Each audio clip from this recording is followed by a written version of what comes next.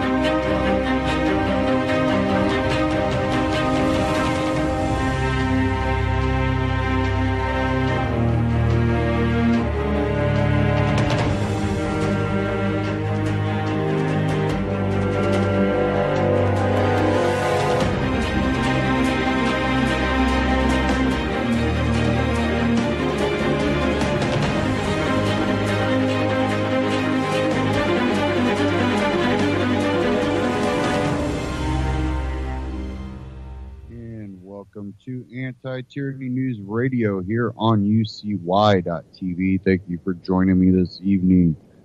We're going to kind of dive into this gun debate again. And we already know what Trump said. You know, take the guns first, then we'll have due process. Yeah, no.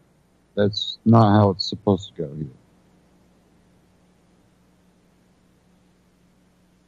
But they would love that. You know, I'm looking at this article here from Activist Post, and it's got Trump there sitting at the table, screenshot, and you got Dianne Feinstein there just happy as can be. Happy as can be.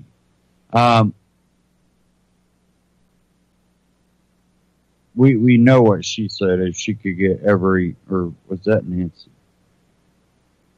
Might have been Nancy. Either way, the Democrats have been wanting to seize guns, and they go, oh, well, we're not coming after your guns. We're just going to introduce a bill that affects about 80% of the guns out there. Well, that's going after the guns. If you go after 80% of something, you're going after.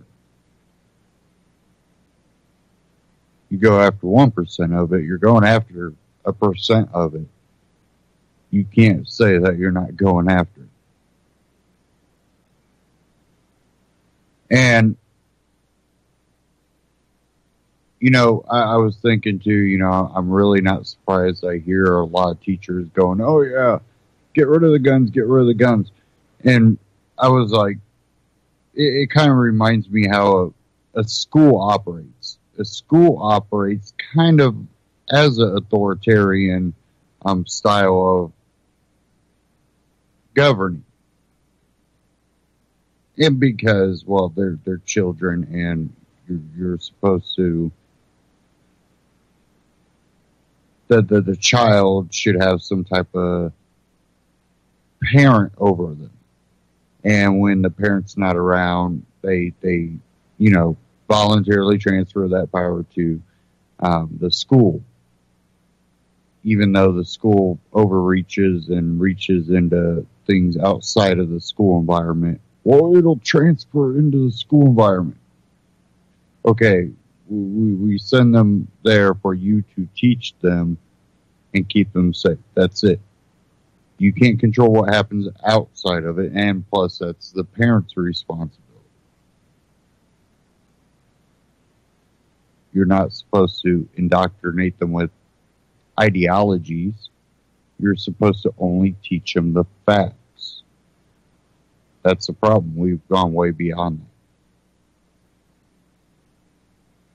So much that they don't learn much facts anymore. When we start talking about like public schools, I tend to always go back to, you start looking at arithmetic and things from, earlier 1900s, and you look at it and you're like, that's crazy, because what they're learning in, 8th grade here is something they learn when they're seniors or sometimes even in college. And you hear, and then they use this too as propaganda, because then you hear them talk, oh, back then, a lot of people only got an 8th grade education. You're lucky, that you get this much education, because they used to only get an 8th grade education. Well, when you go back and look at what type of things they learned, if they passed 8th grade, that would have been kind of in line with, finishing high school nowadays. If not, first semester of college. It's crazy. And then plus the ideologies that tend to come out of the educational systems, whether it even be public school or college. It's unbelievable.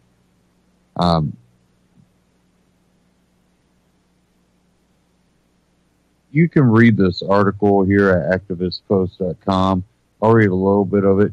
It's titled, Trump and Democrats Agree to Disarm the Public. It says here, U.S. President Donald Trump has flip-flopped from wanting to arm teachers to now siding with Democrats who want to confiscate and ban semi-automatic firearms, violating the Second Amendment of individuals deemed dangerous by the government. In a recent lawmaker conference, Trump proposed confiscation of guns from certain individuals deemed to be dangerous, even if it violates their due process, the Hill reported. Quote, I like taking the guns early. I like in this crazy man's case that just took place in Florida. To go to court would have taken a long time, Trump said in a meeting with lawmakers on school safety and gun violence. Take the guns first, go through due process second, Trump said. You can read the rest of it. It's got the video there too at Activist Post. I really urge you to go read it and just look at the picture. Look at, Dianne Feinstein there. Just take a good look at that. And they say it takes a long time, blah, blah, blah. I don't know about Florida, but I know here in Indiana, it's a red flag state where if they can prove, some type of threat, immediate threat or whatever, they can temporarily disarm you and then take you to court to permanently disarm you, but you really have to prove. But it still doesn't take long. When you look at Nicholas Cruz, you look at it and there was enough there that he should have been arrested. And then before he got out, it should have been deemed by court that any firearms or whatever needed to go. But for whatever reason, let's not do that.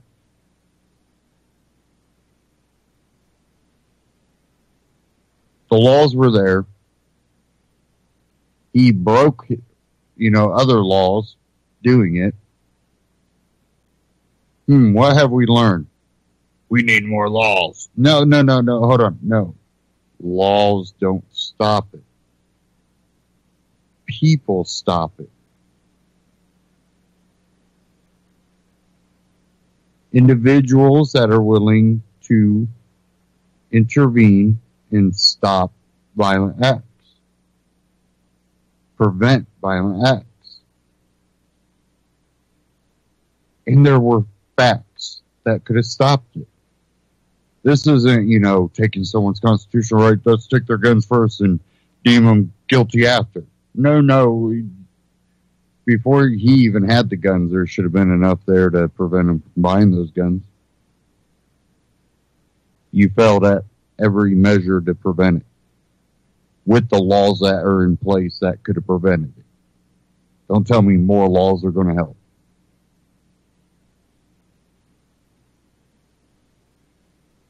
But let's get into this Ron Paul Liberty report about what the president said. In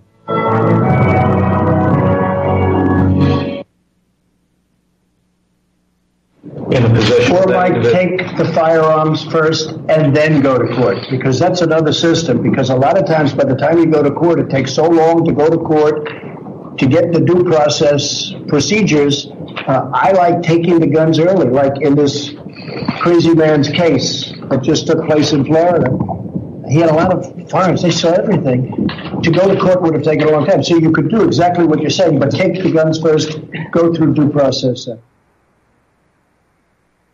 Hello, everybody, and thank you for tuning in to the Liberty Report.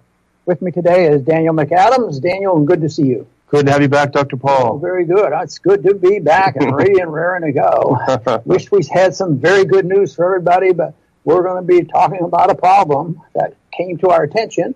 We've been talking about school shootings, and the media is, engulfed with it. But there was a major meeting yesterday, at the White House, and the president was there, of course, and he had significant Republicans and significant Democrats.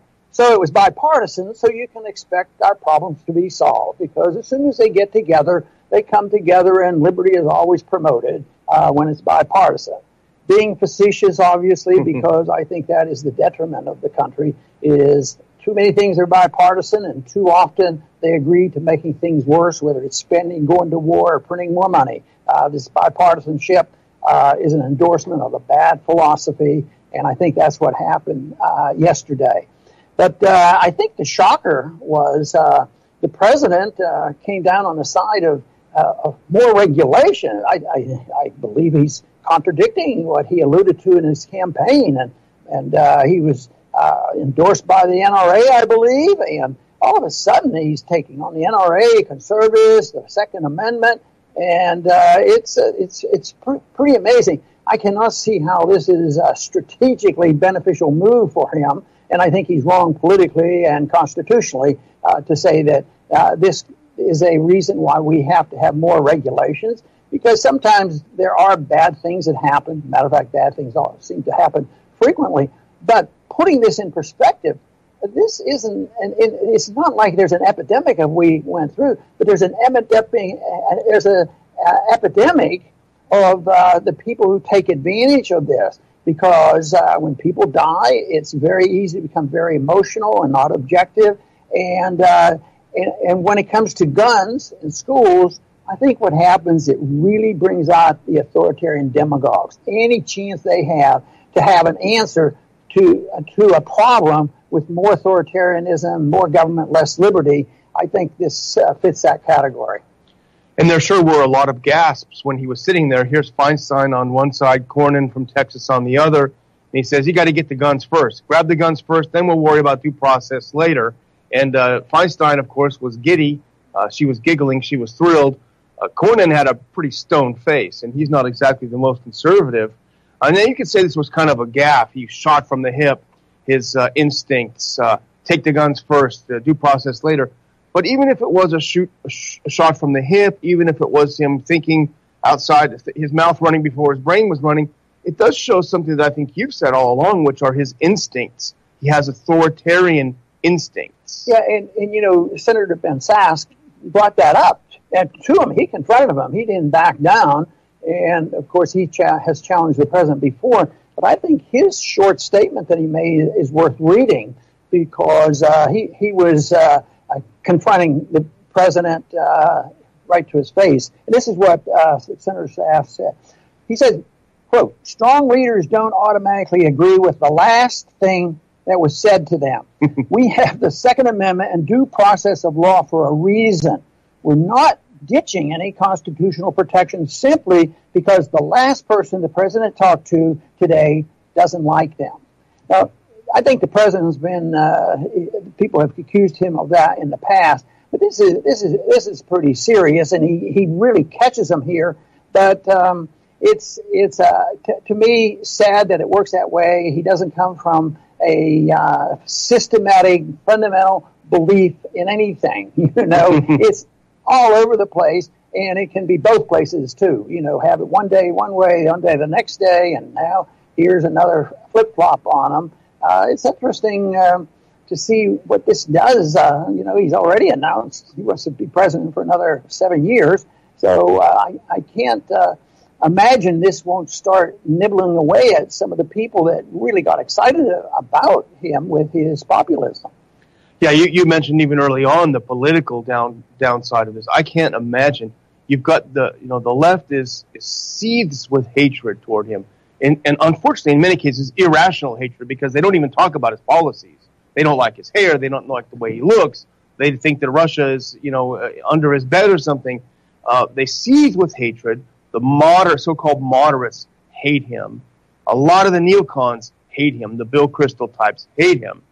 He's got a group of, what Hillary called the deplorables, and he's been their champion, and they've been attracted, and they like guns. Yes. And they're law-abiding people for the most part, too. So undermining that base is politically insane. And they touched on several specifics, the assault weapons ban, and this whole idea that you take your guns first and due process comes later, that is something else. And, when he made that statement, it reminded me of how the system has worked. What about the NDAA?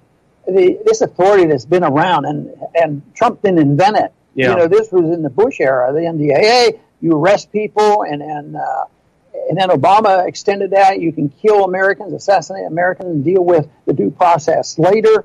And sometimes people get arrested, and if you happen to be in the wrong place at the wrong time, and you don't get charged, and you don't get a trial, you can get put in prison in Guantanamo or some other place, for life, essentially. So that attitude is very bad, and it's the rejection of the principle that the founding fathers tried to give us regarding guns and defending ourselves. And they weren't wishy-washy. Sometimes liberals will try to say, well, the Second Amendment means that the militia is allowed to own guns, which is a bunch of baloney. It says the right of the people to keep and bear arms shall not be infringed. Yeah. The purpose being so that you can participate in a militia which provides for your safety and security in a local way. But I think there's been court cases that sort of has refuted that and say it is an individual liberty. But when you come along and get people ready to write these regulations, I think they forget this. And it'll be sad if they have an erosion of that and going back to this thing where they're going to regulate one type of gun without really dealing with the issue of whether or not the people have a right to defend themselves. Yeah, it's funny, actually, because ironically, Trump was right. Due process, who cares about due process? And you're right, the NDAA is an example. FISA is an example. There's no due process. They just vacuum up all of our communications. How many other examples? So, ironically, he is right. The due process, who cares about it? He also had a statement about, what about this thing about the police? The cops have the right to stretch the law? Yeah. That, of course, it really invites a lot of problems, too. We already have those kinds of problems, and I think he suggested that the police should have leeway above and beyond what the law gives them to take away people's guns if they think that person is a bad person. So that is dangerous. I think the other assumption is that the big picture is who's responsible for safety. And our country has gotten to the point where it's the government's job to make us safe and secure. That you have a safety net and you are protected. There's a policeman on every corner, and we're all going to be safe and secure. But, if you carry that through, and many of them do, just think of how many things that they have on their plate. Because it looks to me like there's not the crisis that we have is serious, and you can't belittle it. But compared to even assaults and killing in schools, it hasn't been getting worse. Yeah, and this is something that's interesting. This came out just a couple of days ago, February 26th. It's a study by James Allen Fox, who's a professor of criminology, law, and public policy at Northeastern University, and he just simply looked at statistics. And he gave a list, people can look it up, a list of where he went for statistics, and he discovered that school shootings have actually been on a steady decline since the 1990s. So there's a lot of hype in the press, for a reason, for propaganda reason. But he said there 4 times the number of children were killed in schools in the early 90s than are killed now in schools. And he also found that more kids are killed in bicycle accidents and pool drownings than shootings. So this is being exploited. And there was no increase when assault weapons were legalized. Yeah, because Columbine, I guess, was when assault weapons were illegal and didn't have any effect. The whole thing. But it's Pandora's box, really, is what they open up when government's there to make it safe and secure. What if you come up with a statistic to show that a lot of people get killed when they drive their automobiles over 60 miles an hour, in a theoretical sense? If that were the case, why wouldn't the answer be to put a governor on the car? Don't let anybody drive over 60 miles an hour. By that time, the people would probably rebel. Yeah. That's going too far. Especially in Texas. I don't think we need that much safety around. But there are so many things that government does get involved in. They're always involved in nutritional advice, and it's always a disaster. Since the Food and Drug Administration been around, we've had worse foods put on the marketplace, and it's the private market, the holistic type of people who introduces the notions to some of the nutritional product. What if they decided sugar was bad for us? Which for some people, it's bad for us. But what do we do? We get protectionism of the sugar so that we keep the cheap sugar out, and we get in there, we get involved in the sugar business, and then a lot of people suffer the consequences. There are so many things that if they were no, I don't want them to be consistent. They're allowed to be consistent. Yeah. We have a lot more work to do, so therefore we have to have more and more regulation. Here they're saying that we have this problem. It's emotional. It's horrible. We need more regulations that can solve the problem. I think my bottom line is, if you resort to regulations, you'll probably create more problems. You'll undermine liberties, and you will not solve the problem of the shootings. Your statistical report there, I think, verifies that. And Professor Fox is interesting because who did this study. You read what he wrote. He's not against gun control. Matter of fact, he's in favor of gun control. He strikes me as kind of a typical liberal professor. But here's what he said. He's in favor of gun control, but he says, in these measures, they will not prevent school shootings, these kind of measures that they're talking about, because they're already very, very rare. He says that this kind of school shooting, these mass shootings, are so rare that these additional measures won't do anything to prevent them. I can't help but think that it's much more difficult to provide safety in a school. The bigger it is, I think, the more difficult it is. And the schools are so big and gigantic, and just and I don't know whether it could be verified by statistics, but I would think a school that has 300 people would be easier to manage than one that has 3,000. Yeah. I think if you have 300, everybody knows everybody by their first name. And, of course, the other example when it comes to schools is, private schools, you don't read or hear about this. And, of course, some people argue that when you put up a sign as a gun-free zone, that might motivate them. I never know whether they have proof of that, but it certainly looks that way. That usually when there's no guns, we end up seeing some of these mass shootings.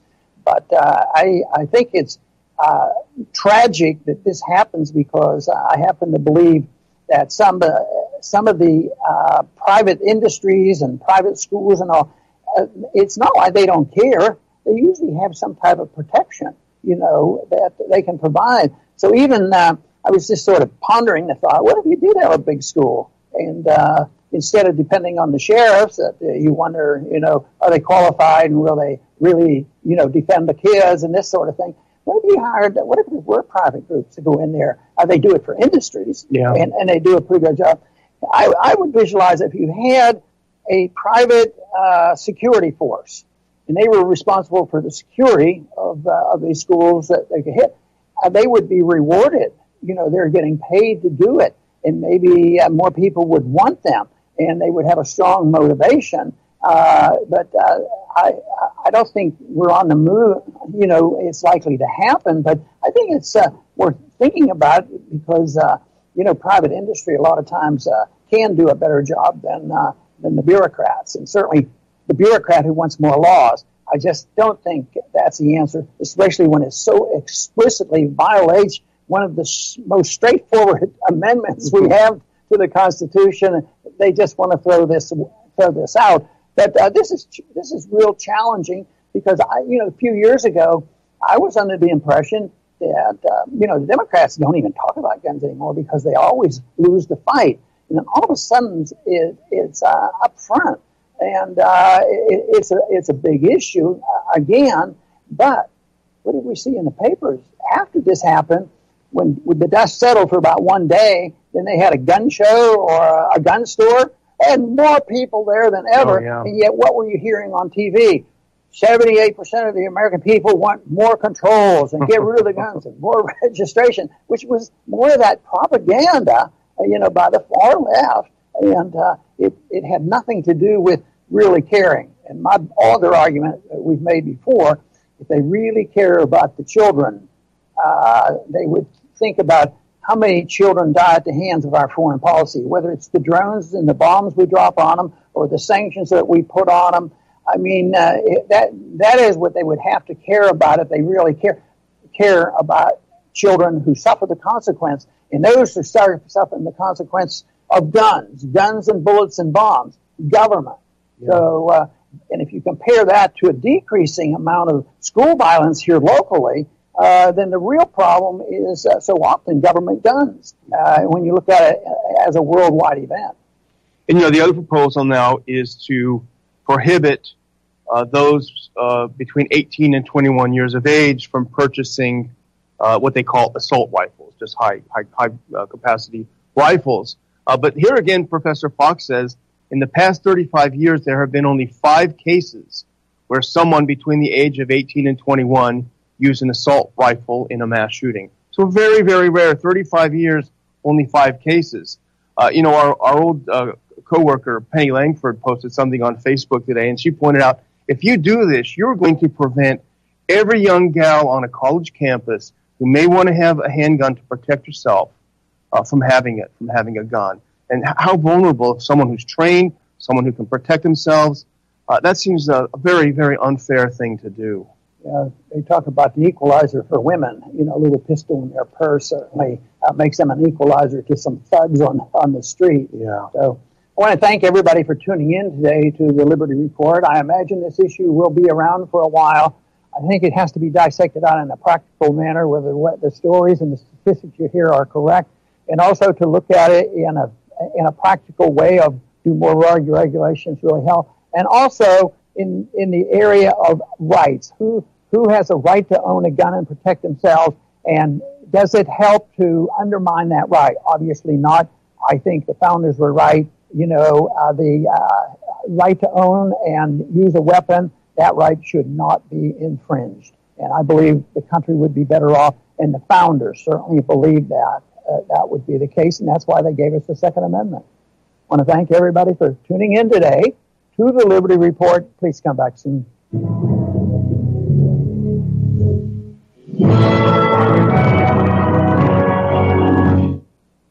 Ron Paul Liberty Report, RonPaulLibertyReport.com, and Ron Paul Liberty Report on YouTube. Check them out, subscribe. Now, a lot of people are saying Trump was just throwing a bone at the Democrats. He was just, he's not really going to do it. Still, you even if that's the fact,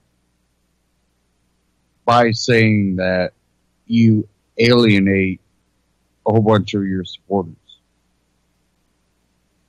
And then if you do nothing, and a lot of probably his supporters and others probably went out and bought, guns, like, that report was saying the gun store was packed, bought ammo, bought guns, bump stocks.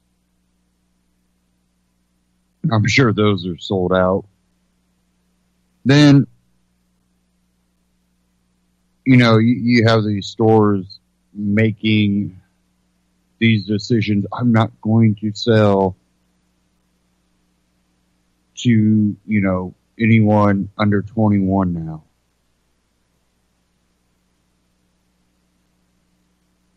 And this goes back to something I've been talking about for so long. And it's one of the number one things that irritates me about society today is the way that the youth is treated. And a lot of it is propped up by government.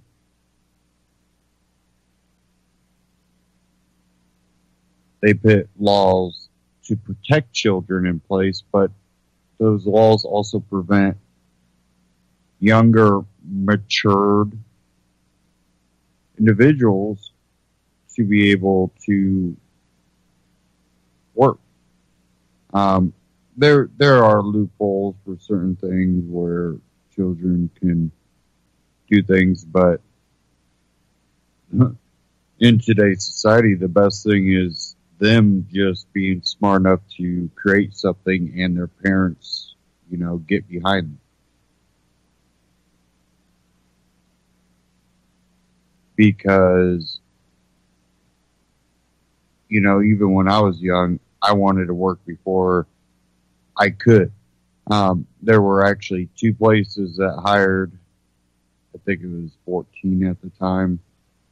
There were only 2 places that I could find in town that even hired at 14. Of course, because of the laws, I think it was the one I could work I want to say it was like an hour and a half or something at the time. I can't remember right offhand.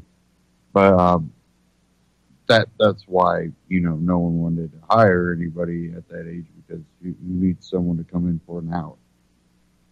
There's a lot of jobs out there that, an hour, well, it's going to take you about 15 minutes to get set up.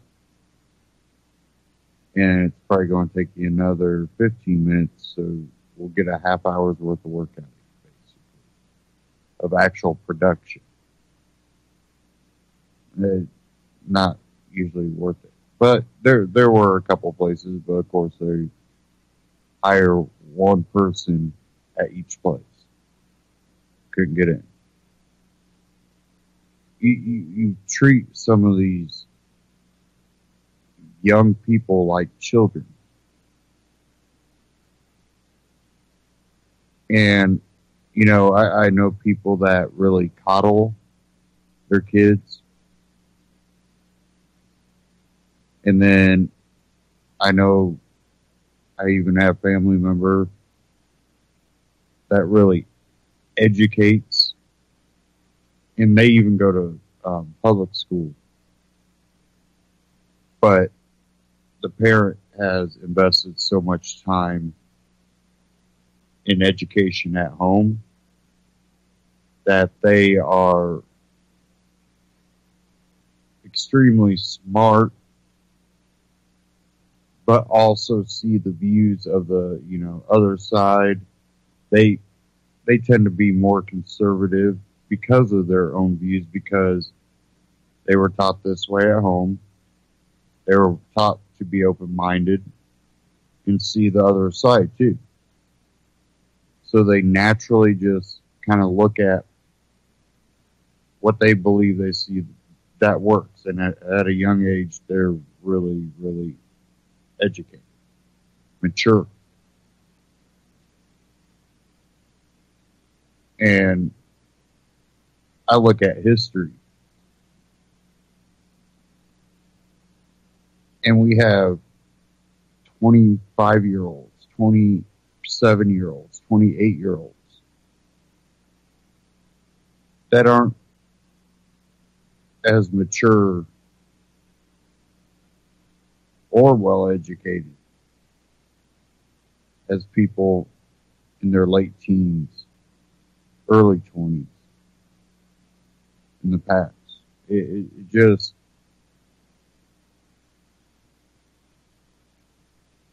there's something missing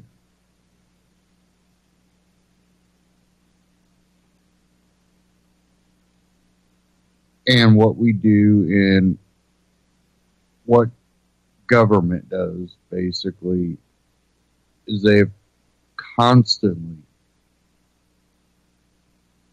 pass laws. Well, we'll put a age limit on this. We'll put an age limit on that. We'll put an age limit on this. Okay, we've done this for, ever since I was a kid. I know people older than me say it's been going on, since they were young too. Law after law.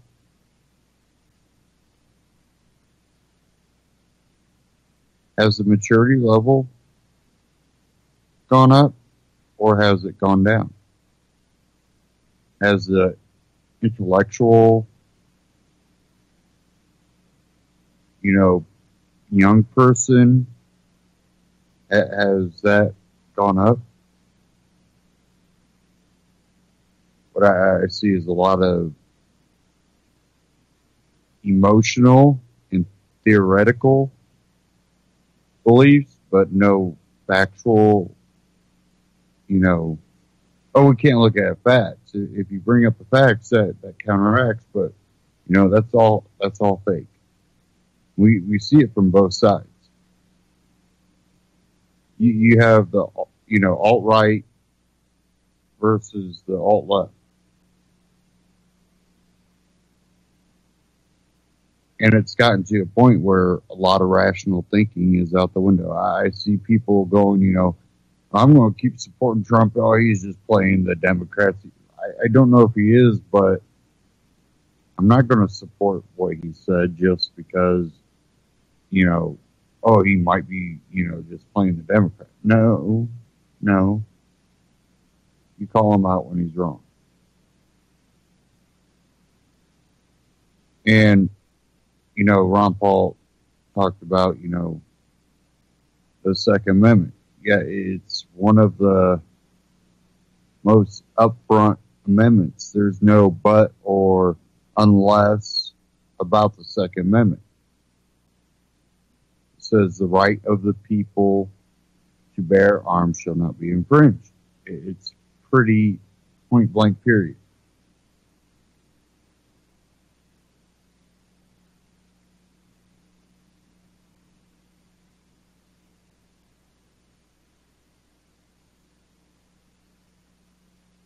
I have an article here from Reason.com.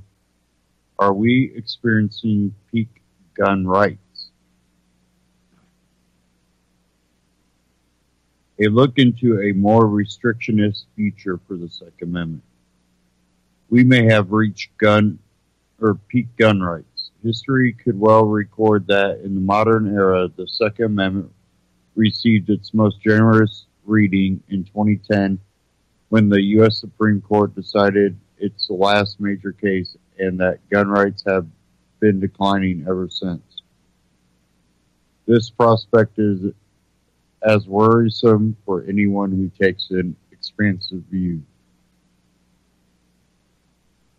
on the Second Amendment, as it must be exhilarating for anti-gun advocates. Since 2010, residents of California, New York, Massachusetts, Connecticut, Washington, Colorado, Oregon, and states with similar-minded legislators have found themselves slapped with new restrictions that did not exist 8 years ago. The U.S. Supreme Court has done precisely nothing to stop this extra-constitutional adventurism. Meanwhile, attempts to liberalize gun laws in the U.S. Congress have run aground. The U.S. House of Representatives approved concealed carry reciprocity last year, but both it and a related bill remain stuck in the Senate. A hearing protection bill modeled after similar laws in Norway and Denmark that deregulated suppressors for firearms has been waiting for a House vote since last September. So has another House bill that would curb overly broad state and local restrictions on rifles and shotguns. After President Trump's brainstorming session with Senator Dianne Feinstein this week about new firearm restrictions, the political outlook has darkened. Instead of working to advance pro-gun rights legislation. However, fitfully Second Amendment supporters are now trying to imagine what form a restrictionist proposal, possibly written by Feinstein, author of its 1994 ancestor, might take, and precisely how confiscatory it will be. Trump's remarks also invite speculation about what kind of Supreme Court justice he might appoint should another vacancy happen.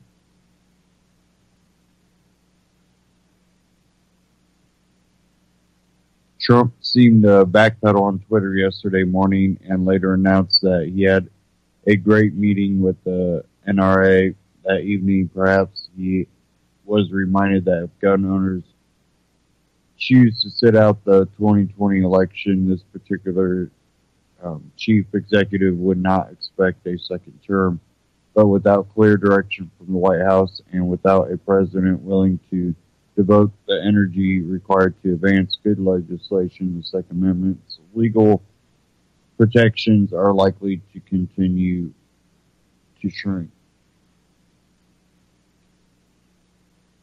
Most of the blame should land on the shoulders of supermajority of the Supreme Court justices in 2008 District of Columbia versus Heller and 2010 McDonald versus City of Chicago cases.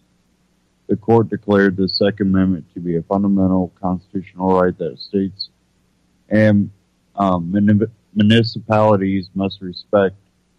After that pair of decisions, courts were supposed to review laws restricting gun rights with the same reflective skepticism as they would laws that restrict free speech or abortion. That did not happen. A series of lower courts, in particular the U.S. Court of Appeals for the Ninth Circuit, creatively interpreted those important rulings into near novelties, effectively overruling the Supreme Court. Bizarrely, at least 6 justices have decided to let them. It takes 4 votes to accept an appeal to overrule a lower court, and those 4 votes have not been forthcoming. If a lower court treated another right so cavalierly, I have little doubt that this court would intervene. Justice Clarence Thomas wrote in last week's dissent from his colleague's decision not to hear the Sylvester versus Harris case from the Ninth Circuit. But as evidenced by our continued inaction in this area, the Second Amendment is a disfavored right in this court. The right to keep and bear arms is apparently this court's constitutional orphan. Justice Neil Gorsuch joined Thomas in another dissent last year that made a similar point.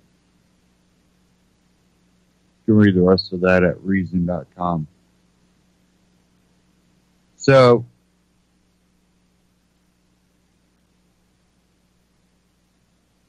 it really seems to me they're waiting to rule on something when they have the ability to rule against it or limit it.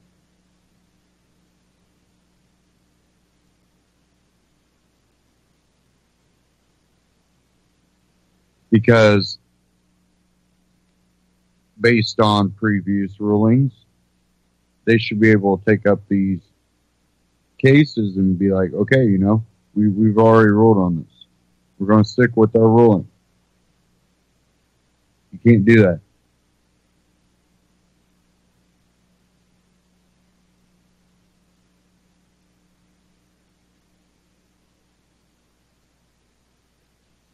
it just amazes me at how our system is not working anything like it was designed. Congress gives up half of its rights to make decisions to the president, or the president gives half of his duties to the Pentagon. Let's give the Federal Reserve one of the duties of Congress.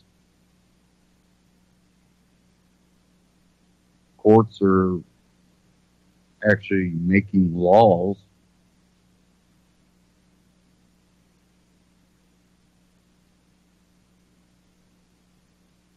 They're the whole point of the Supreme Court is to have constitutional judges.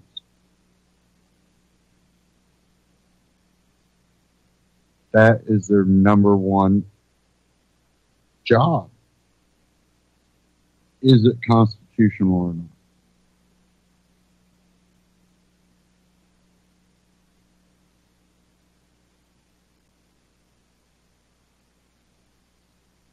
The thing is they're not supposed to make law. What they do is go, it's unconstitutional.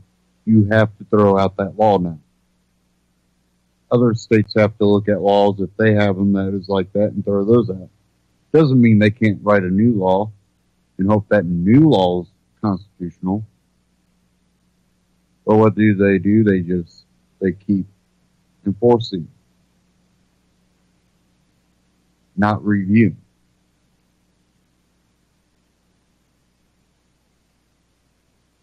And then the Supreme Court just sits back and watches.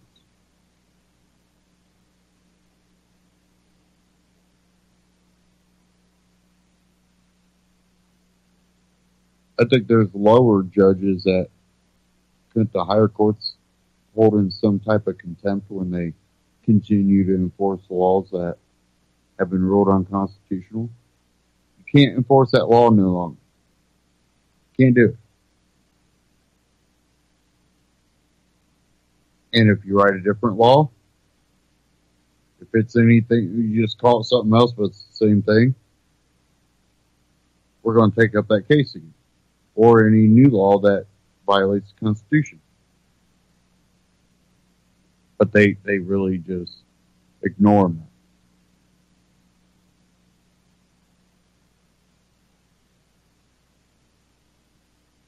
And, I have some constitutional beliefs. I have more of a libertarian belief system, though. I'm not a part of the Libertarian Party. There's problems with the Libertarian Party. I'm going to get into that in a minute. But I have deep ideological beliefs in libertarian thinking, and I still believe the Constitution is a lot closer to a libertarian society than where we're at now because we ignore the Constitution. I'm willing to work to get to the constitutional point of it and then continue work. But, even from where we're at now, we're lucky to get to the constitutional part. Could we get a libertarian person? It's a possibility. I see something wrong with the Libertarian Party. A lot of people know where I stood on the Constitutional Party, even though they do, spread a lot of that, but they go kind of anti-freedom on certain things that I don't agree with. But,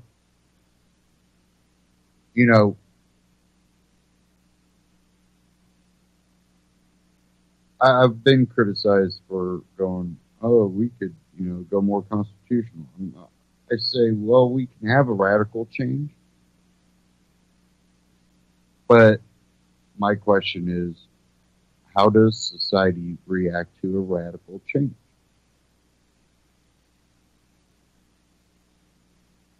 Does radical change cause problems? History has showed radical change causes a lots of problems.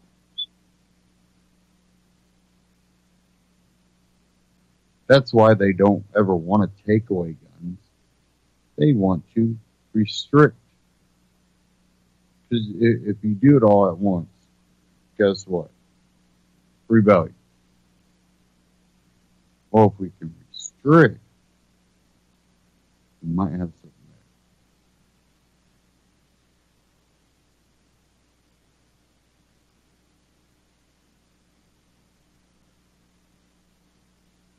But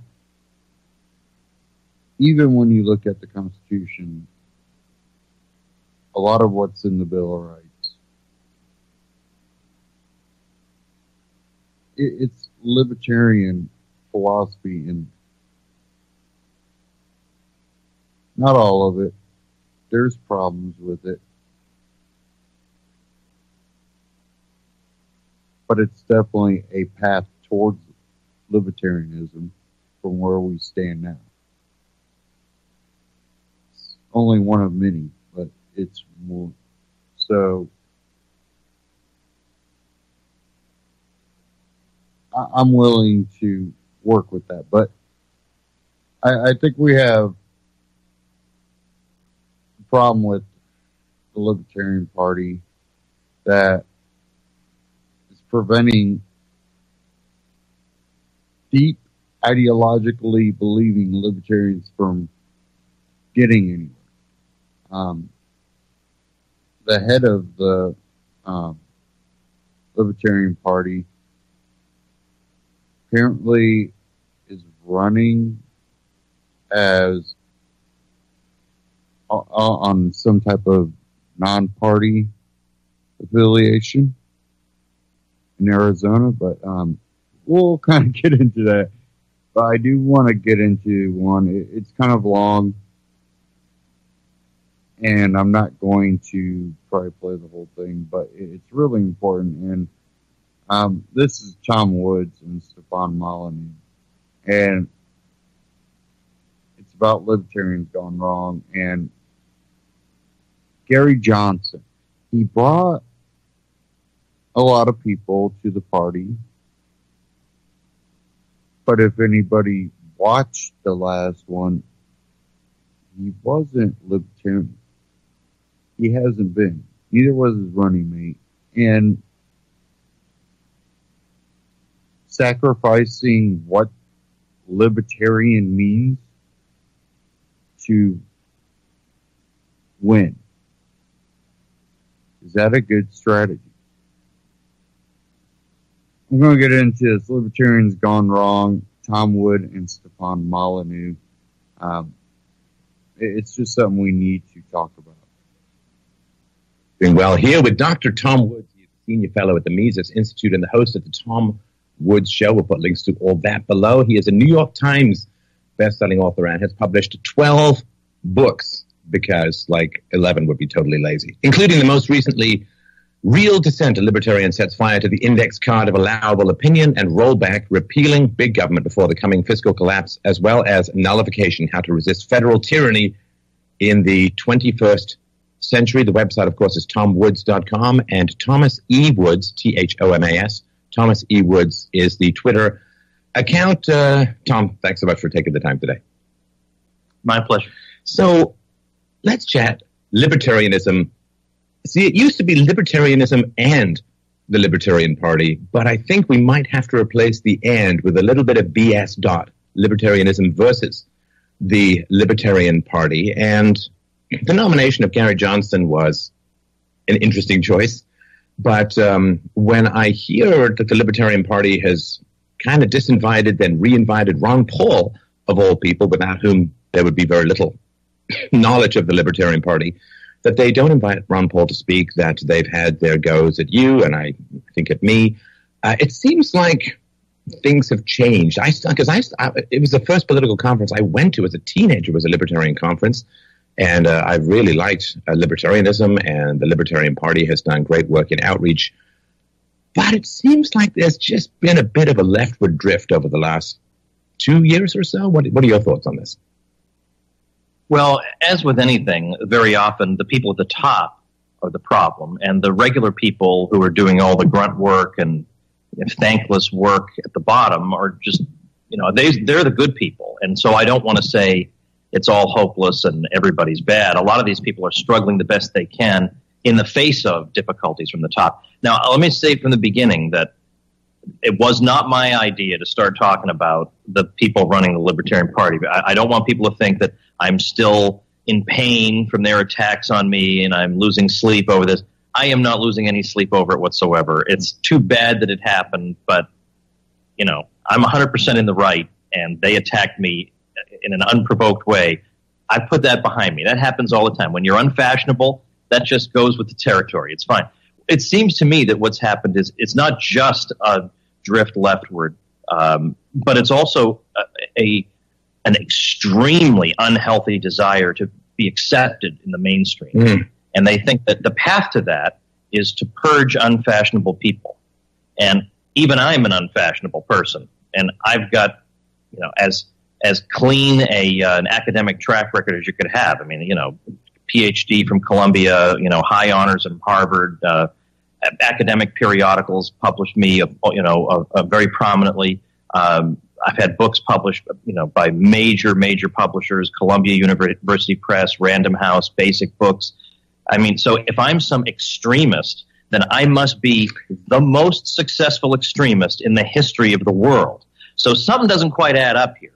So I think there's a lot of it that's like that. It's they want to signal to the world, look, we're good, decent people, so won't you like us, Mr. New York Times reporter, sir? And what they find, or won't you like us, opinion molders at Slate and so on? And what they find is that no matter how many times you throw somebody like Woods or Molyneux, whoever the sacrificial victim of the day is, to the wolves, no matter how many times you do that, they still don't like you. They still smear you. They still call you names. The second you say something like, we want to repeal Obamacare, even something as vanilla as that, they call you a Nazi, no matter what. So you can do this to us all you want. That's going to keep happening to you. And meanwhile, you're just alienating a lot of your regular supporters who want to say, but, okay, look, if there's something wrong with Woods, given that he opened for Ron Paul like a dozen times, and he did all these other things with Ron Paul, and he's endorsed by Judge Napolitano, whatever, then you're implicitly smearing basically everybody we admire. What's going on here exactly? There's the moving goalpost, of course, which is when somebody says, well, if you prove this, I'll accept your opinion, and then you prove that, and they say, okay, one more thing you have to prove, and you end up chasing them right off a cliff. So there's the moving goalpost, and there's the moving gallows. And the moving gallows are the media saying, okay, purge this person, and we'll love you. And then you're like, okay, fine, I like love, and I'm going to purge this person. Okay, well, that person, unfortunately, was associated with this person. So you got to disavow and purge this person, and then we'll love you. And oh, wait, no. See, this person published an article that was co-sponsored by, and it never ends. And their goal is not to give you love. The goal is to destroy your cohesion, your organization, your principles. And it's like they've never read their Rand. You don't go around chasing the approval of bad people and think you're going to end up in a good place. And not just bad people, people who can't stand the sight of you, people who want to destroy you at the first opportunity. And moreover, think of the double standard at work here. Was the media morally outraged when Madeleine Albright casually said that we believe the potential deaths of 500,000 children connected to the sanctions policy in Iraq was, quote, worth it? We believe the price has been worth it. And now, if you or I said something like that, now, of course, nobody cares about Iraqis. That's one of the rules of American society. You're not supposed to care about civilians in any conflict the U.S. government is involved in. But let's say that there was some humanity in our media. If you or I said that, we'd never hear the end of it. We'd never be invited to anywhere again. Our careers would be over. But she says it, and it's not even like they say, well, what she really meant was they just ignore it and move on. So why are you chasing after the acceptance of people who obviously are not really evaluating people according to moral principles? If that were so, Madeleine Albright's career would be destroyed. Bill Richardson, who said the same thing about the 500,000 children, his career would have been destroyed. Instead, they were, they had cabinet level positions. They I'm sure, make a fortune on the speaking circuit to this day. What they're looking to do is destroy people who represent an actual challenge to what they're saying.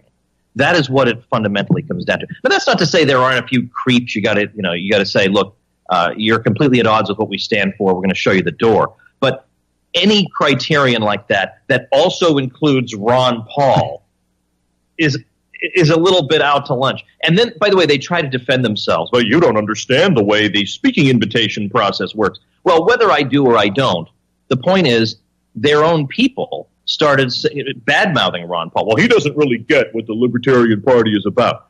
Ron Paul doesn't get what the Libertarian Party is about, but some loser functionary nobody's ever heard of does? Well, then that's all I need to know about the party. Yes, I remember the founding principles of libertarianism. It had nothing to do with small government, free markets, private property, and contracts. I remember the central emblazoned, written in dragonfire statement, which is, let's make sure we have really good speaking contracts. That's the goal. Everything else is expendable, but we want to have good methodologies. And the idea is funny because it's the old thing, like, be careful what you wish for, you just might get it. Because the Libertarian Party, of course, has been striving for relevance and striving for public recognition and so on. And I think they're starting to achieve it.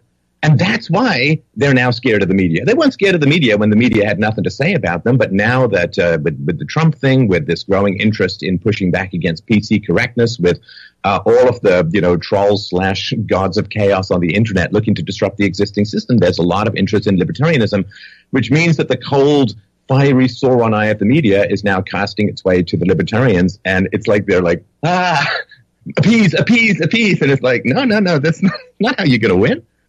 No, totally. And meanwhile, they're led to believe that if they just nominate former governors, then the media will go easy on them. And to some extent, they did, because the media was so anti-Trump and they thought they could build up the Libertarian Party as a counterweight to Trump.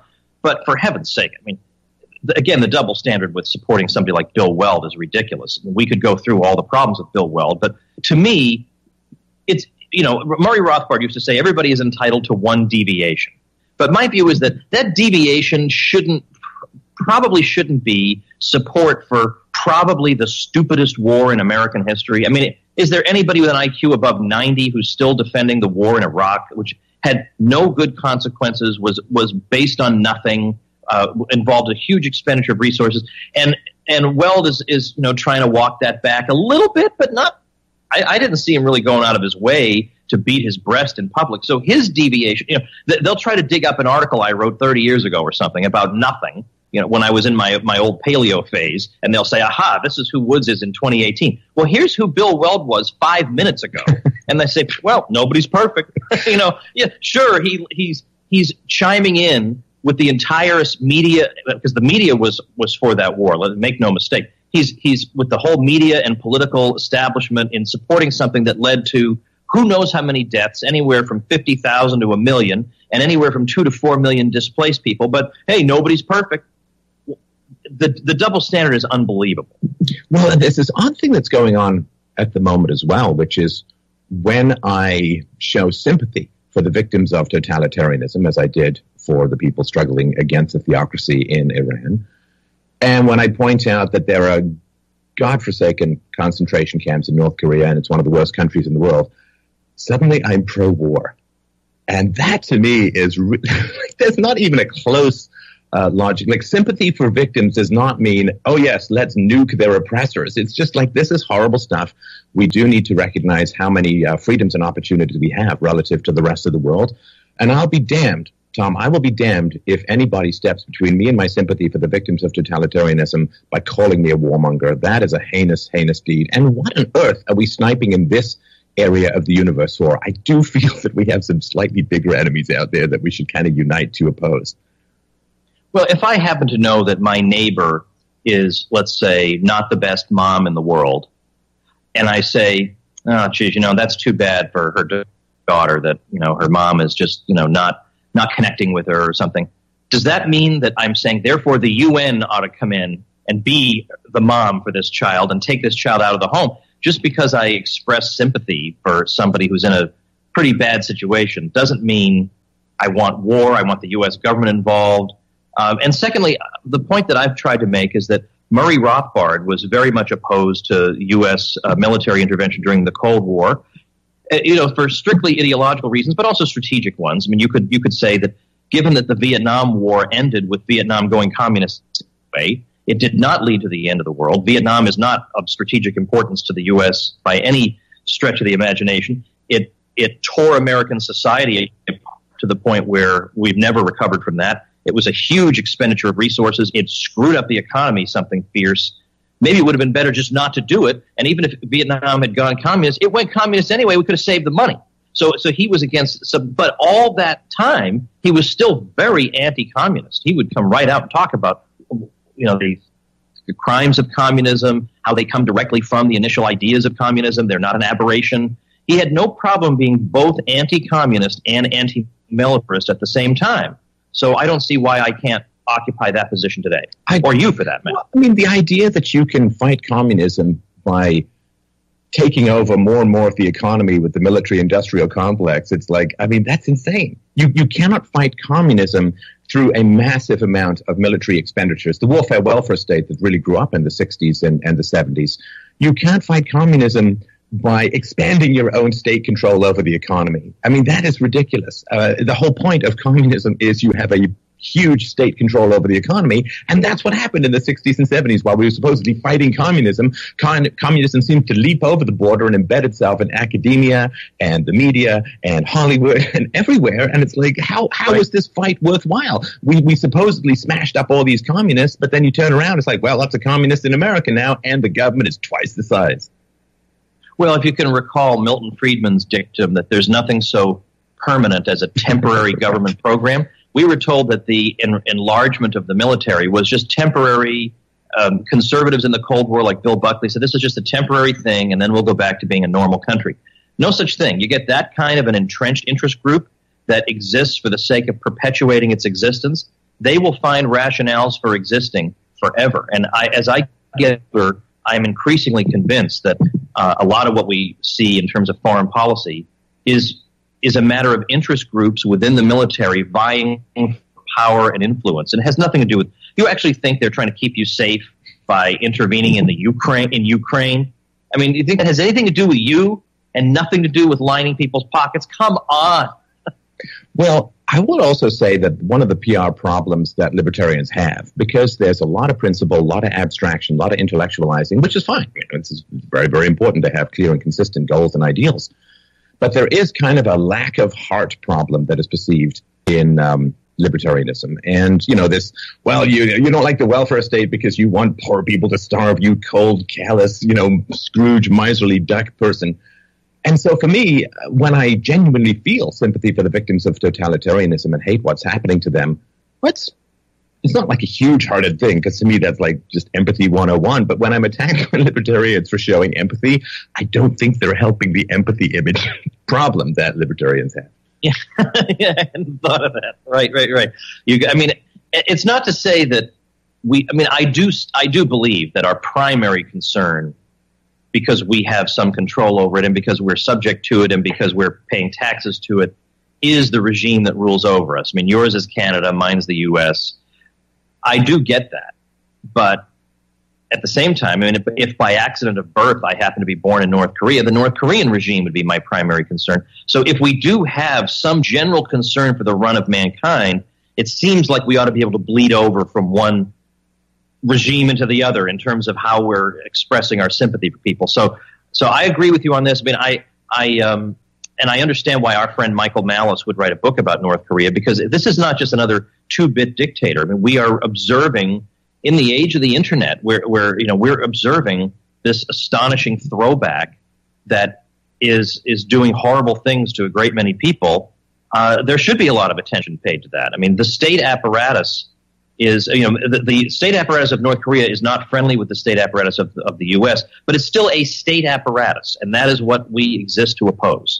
Well, and it's funny because none of the communists in North Vietnam were indoctrinating American kids. Like, it's a different language, different culture, halfway around the world. Communication technology was much more primitive back then. It cost like $8 million to make a 3-minute phone call around the world.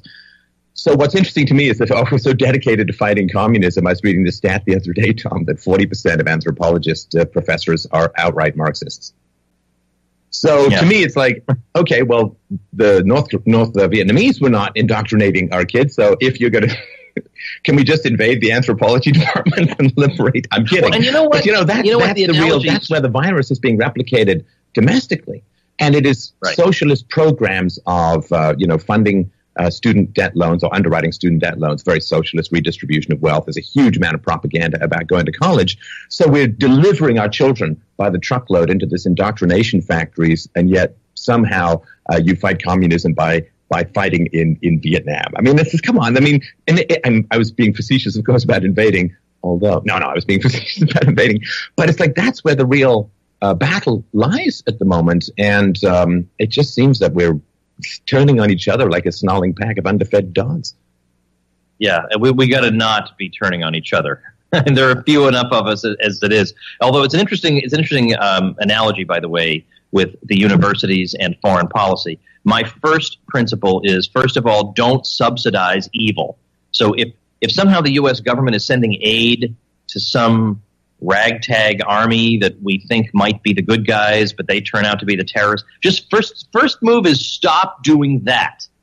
Before you even think about anything else, stop doing that. And likewise with the universities, I'm not saying we got to take over the universities and they have to require that you and I teach all the classes. How about just stop subsidizing them? Well, stop doing that.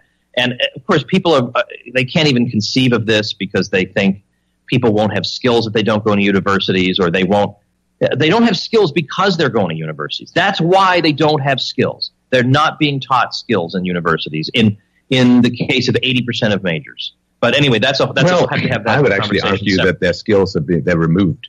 The skills are being stripped down. There's studies that say that after people study economics, they know less about economics than before they started. Yeah. I think it's actually they're stripping down people. You end up coming out of university not just with the opportunity costs of not having had the skills and experience and contacts and income of being in the workforce, but you're massively in debt, and you've been taught to hate your ethnicity or your gender or your society or the free market, and therefore you're going to sit, with blue hair, tattoos, and a tongue ring across from some guy who you think is your evil oppressor trying to get a job, when all you've been taught is that resentment is the key to economic productivity. I mean, to me, it's a human destruction device now. It's not even that they don't gain much. I think it costs them enormously. Oh yeah. There's a really neat new book by Brian Kaplan called "The Case Against Education." It's very provocative. I love provocative titles, and he dismantles every argument you've ever heard made for the current education system. It does this for people, it does that for people, it does that for people. Without it, we'd have this, and this. He goes through it all, and nothing's left standing. But one of his points in one of his chapters, he goes through all this survey data where Americans were given simple, the most basic possible test in whether it's science, history, politics, whatever it is, and they get out half the questions right. And what he says is, given how simple these questions are, these people, in effect, know nothing. And given that they're multiple choice questions, they're going to get 25% of them right anyway. He says, this is like people who know half the letters of the alphabet. We don't say they're half literate.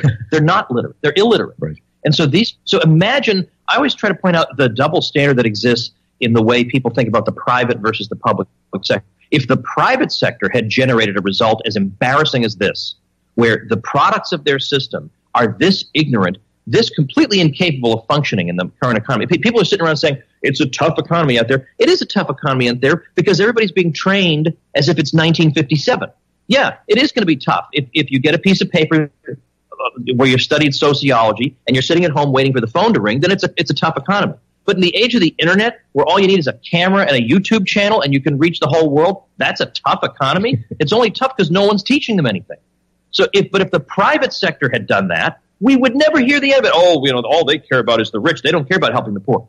The poor are suffering more than anybody under the current system, and all they can think to say is, maybe we haven't given them enough money. If Walmart were running the schools, do you think they'd be saying, maybe we haven't given Walmart enough money? They'd say the whole thing can't be fixed. It's perverse from the heart of it. So this double standard makes it impossible to think. I think I've taken us on a bit of a tangent. No, that's fine. I just wanted to mention that the accessibility of being able to talk to the world literally turned me from a crazy person into somebody with an intellectual career. Into a crazy person who reaches a lot of people. No, because I would go down to the basement and just scream at the world anyway. But eventually you just turn on a camera and you go from a crazy person to somebody with an actual intellectual career. It's a miracle. It's a miracle of transformation. So let's talk a little bit about some of the libertarian think tanks that kind of cluster around this as well. it has always struck me, and I'm going to I hear the click as I stand on the landmine, but I'm going to say it anyway. It has always struck me that people who say the free market brings efficiency, the free market brings focus, the free market brings excellence.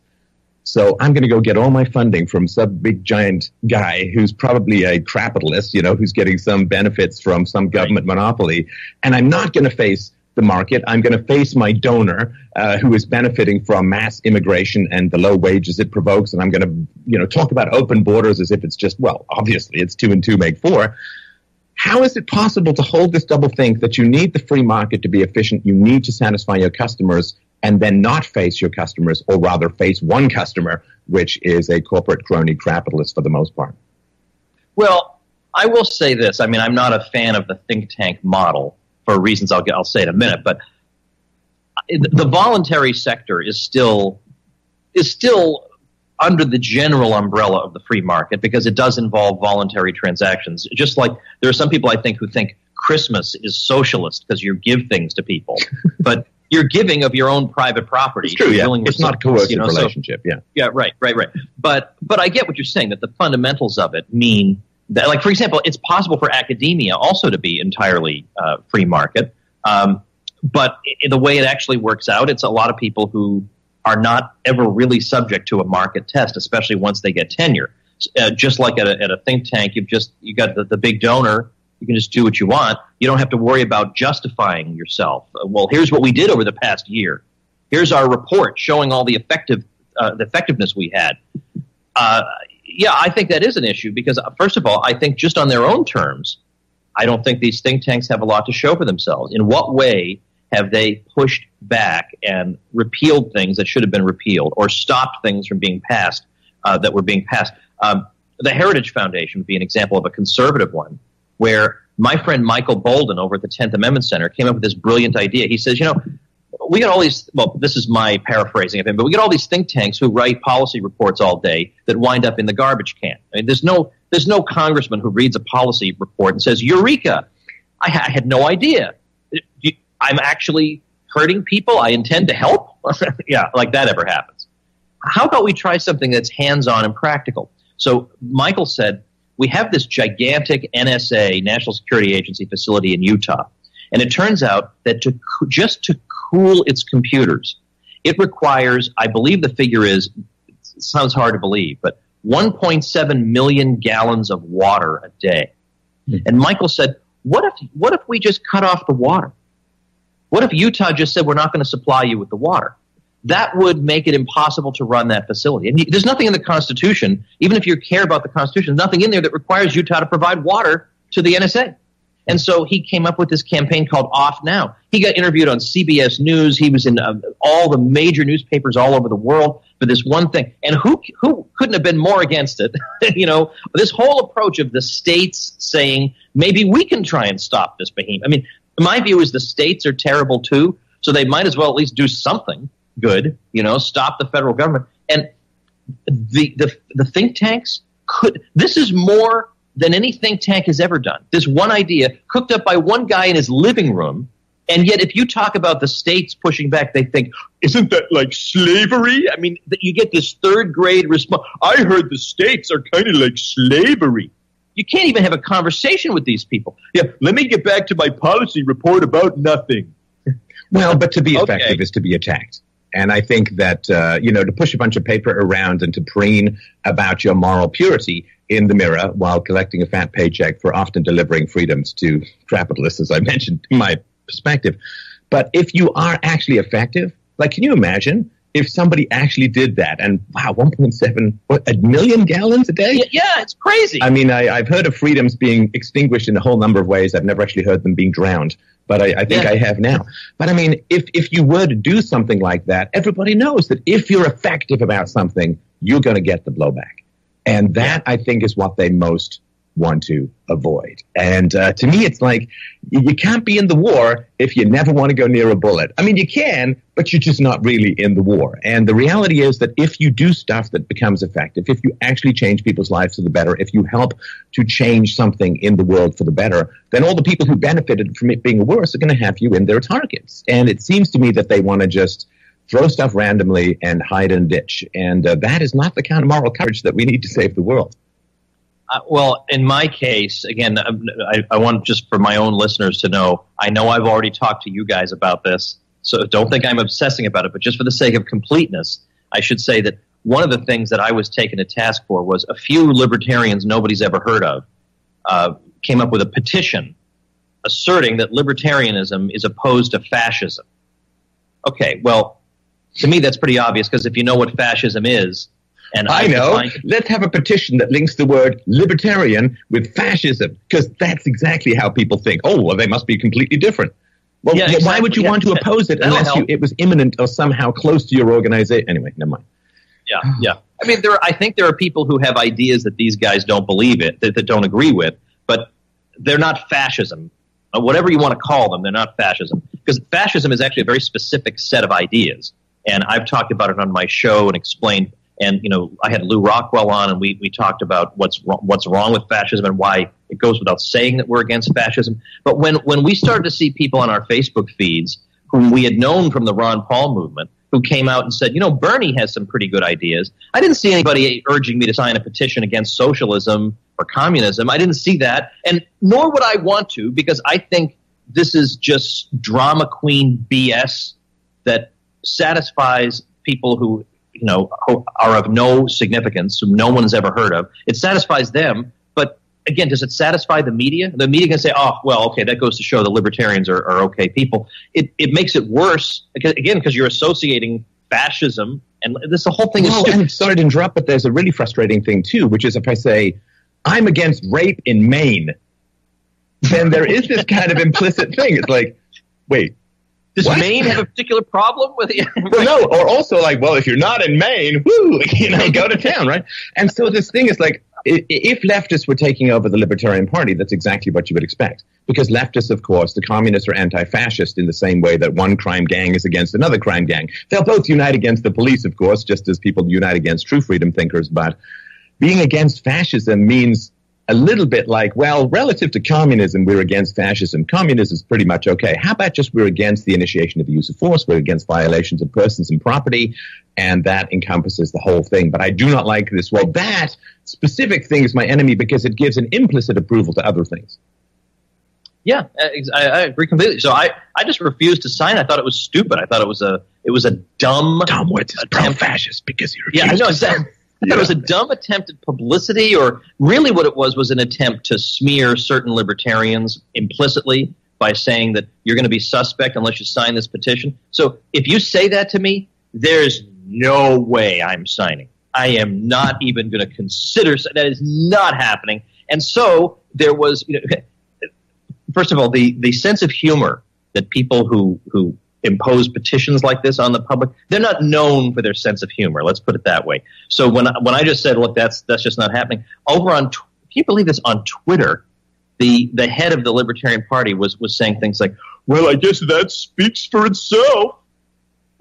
That I won't sign a petition. I mean, when everything I've ever stood for, my entire body of writing, which is pretty substantial, my over 1,000 podcast episodes, 1,100 podcast episodes, all of this is against that whole mentality of imperialism, the leader principle, any kind of controlled economy whatsoever. The public ownership and private profit, which is sort of the definition of fascism. It's all. And the thing is, too, like, I hate to shock everyone, a petition is not an argument. If all you have is a petition, you're saying, well, we have a whole bunch of people who are nodding in a row, and that's what we bring to the table. If you have a good enough argument, a minority of one is a majority of truth. And this really is frustrating, that the idea that, oh, well, let's just get a whole bunch of people. And the other thing, too, Tom, it's like, sign this petition that's not an argument, get in line with everyone else, or we're going to destroy you. It's like, I think that seems kind of fascistic in a way, come to think of it. Yeah. I don't think that you're really achieving what you want to achieve. So I don't do stuff like that. And so so I didn't do it. I took some heat from people I don't care about. And my own people, 99.9% of them, rallied to me and said, don't listen to these creeps who have accomplished nothing, and they're going to have some moral test for everybody. I mean, get out of town. I mean, half of these people have no problem with Bill Weld. and they're going to be lecturing other people about purity. No, don't do it. So I didn't. And, I still have a very, very comfortable life with lots of people who love what I'm doing. Doesn't matter. Makes no difference. That's another liberating thing about the internet. It just doesn't matter. And if I may just say just very quickly, Stefan, in late September last year, now I know for you 1,000 podcast episodes is like, I did that 15 years ago. But for me, it's a big deal. For me, 4-figure total of podcast episodes actually is a big deal. So I had a live event in Orlando, and it was on the same day that Hurricane Irma smashed into town. So we had to reschedule, and rescheduling something is the worst because, half the people can't come, and it was just horrible. And even my speakers couldn't come. It was terrible. And yet, even with the rescheduling, anybody who's in event planning, a lot of times you get invited to these events, and people say, come speak at our event. We're going to have 500 people there. And I say to them, I'd love to speak at your event, but you're going to have 150 people. They say, oh, no, that's not true. We're going to get 500. They've never organized an event. They have no idea what's involved. And sure enough, I've shown up, and it's been on the nose, 150 people. Now, sometimes I speak to big crowds, but those are seasoned people who know how to organize events. But the newbies have no idea what's involved. So we got about 600 people who came to my 1,000th episode, and every person involved in that 1,000th episode is an unapproved person. They were all unapproved. Eric July is unapproved. Dave Smith is unapproved. Michael Malice is unapproved. And I had a big video montage of people congratulating me, of Hans Hoppe, unapproved. All these different people. Great folks. And yet we had more energy and enthusiasm than that.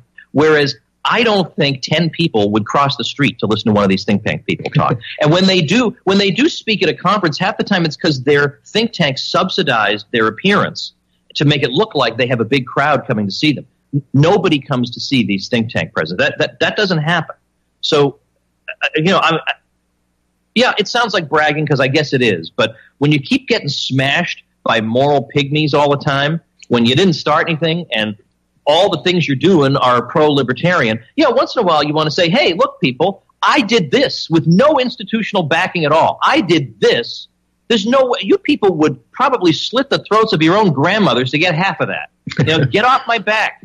Well, it's the old Superman movie. Like it ain't bragging if you do it. If you can do it and you're just telling facts, that's not bragging. It's just and false modesty is just another kind of hypocrisy. And by the way, it really is a testament also, if I may say, to the decency of the people who listen to me regularly. That they listen, they know the guy they're hearing. They say, this seems like an okay guy to me. So I think you have to be mentally deranged to think there's something wrong with this guy. And they've just stuck with me. They stuck with me, even though sometimes their friends probably hear something bad thing about me. And they just still do it. And I appreciate that, and there are a lot of them. Well, and of course, if you were looking to be effective, you would look at the various freedom thinkers and freedom public intellectuals, and you'd say, okay, well, who has the most reach? Who gets the most views, and who has, with reasonable levels of intellectual integrity? The purity test is something that's but doesn't mean that there's no difference in levels of consistency. So who gets the most views, and what's the model, and how does it work? You would actually do your market research rather than just continue to do the stuff that doesn't work. And the market research shows that if you're customer facing, if you're driven by your listeners rather than one person, then you do much better. And they would all transfer themselves to that model, which would be in consistency with their market facing ideas. Now, let's talk a little bit about something that I found quite surprising about libertarianism when I got into it more later, because as you know, I spent a lot of time in the business world and so on. So the libertarianism that I grew up with, it wasn't exactly monk-like, but it was pretty ascetic. And most of the early thinkers, I can't see Murray Rothbard with a joint. Like just in my mind and in my heart, like I can't see Ayn Rand drunk. Like I can't see that. And so the Friedmans and all of that, ascetic, intellectual, classy in a lot of ways. But then when I started getting more into libertarianism, go and give speeches and stuff like that, I don't know, it was like pretty hippie, pretty decadent, drugs, casual sex, and, I don't want to sound like too Victorian or anything like that, but there just seemed to be kind of this heavy wave of people who were like, I don't like rules. I don't like consequences. I don't like, and it's like, I hate the government because there are restrictions on any of my behaviors, even though in a free society, there would be restrictions on those behaviors anyway, because you wouldn't, you'd have to pay the consequences of your own bad decisions rather than foisting it off on the welfare state and socialized medicine and all that kind of stuff. There is something quite fascinating that seems to be growing, which I do associate with the left. The left and hedonism, they go from this wild hedonism, which is what they promise, and then they pull you devil-like into this layer of totalitarianism where you end up with a whole lot less hedonism than was promised. But that's kind of like the anglerfish light that they use to snap you up. But there does seem to be quite a lot of this anti-intellectual hedonism that's going on that does not seem in line with what drew me to libertarianism in the first place. I think it just goes to show a lot of people are drawn for a lot of different reasons. And if you're drawn to it because you just hate authority or you hate rules, you're going to be an extremely confused libertarian thinker, because I believe in authority. It just depends on what the authority is and did I voluntarily consent to it. So I always use the example of the president of the chess club. The president of the chess club makes certain decisions about the club, and I have no problem with that. That's how the thing functions. I'm not going to come in and pretend to be the president of the club. And likewise, we would have rules. Of course, we'd have laws, or at least we'd have a legal regime, certainly. And even in I hate homeowners association examples, but you can imagine in principle a decent homeowners association where they would say, look, after 11 o'clock, we don't want you shouting about the Fed through your bullhorn. Go to bed.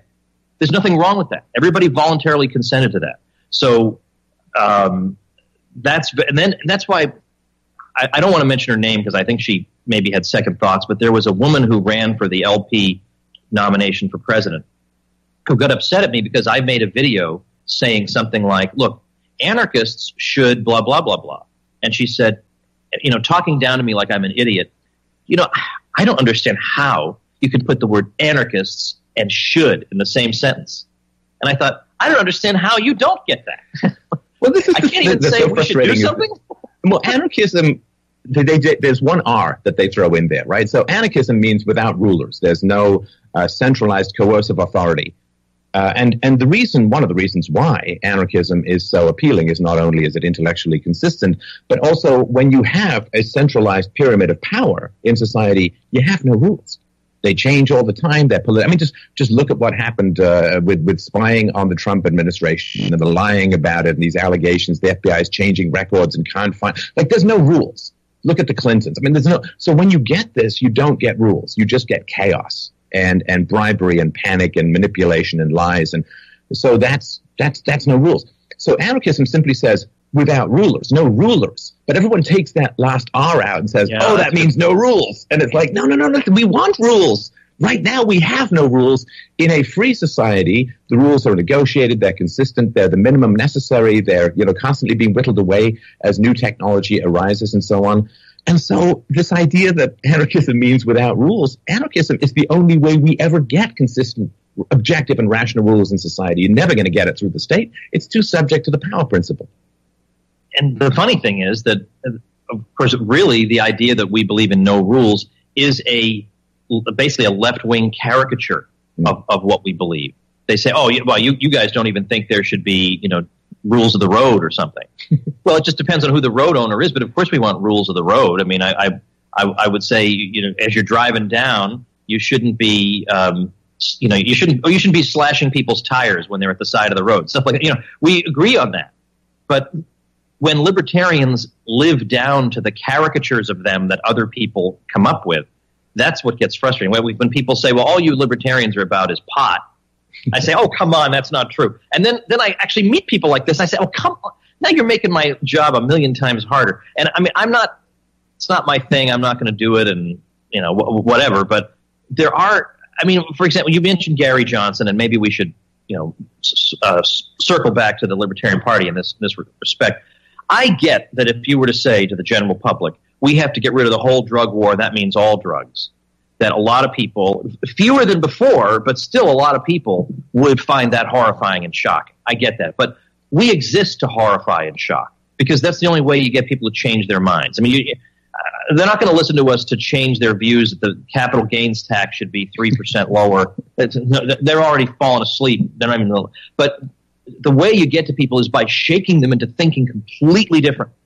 The problem with being a milquetoast libertarian and saying, well, we should legalize pot and then, maybe, other drugs are a different matter, is that it makes it sound like libertarianism is really just your own personal habits with a philosophical rationale associated with it. It's not really a consistent set of principles. Whereas if I say about the drug war, we got to get rid of the whole thing, it's shocking, but at least people can say, well, I get why he's saying that, because his view is that people ought to be able to do what they want to do as long as they're not physically harming other people. At least I get where he's coming from. Whereas if you have somebody like a Gary Johnson says, we should legalize this drug, but this over here, now, come on now. Well, then what's libertarianism all about? Just your personal preferences? Or likewise, that's the problem with, on anti-discrimination law.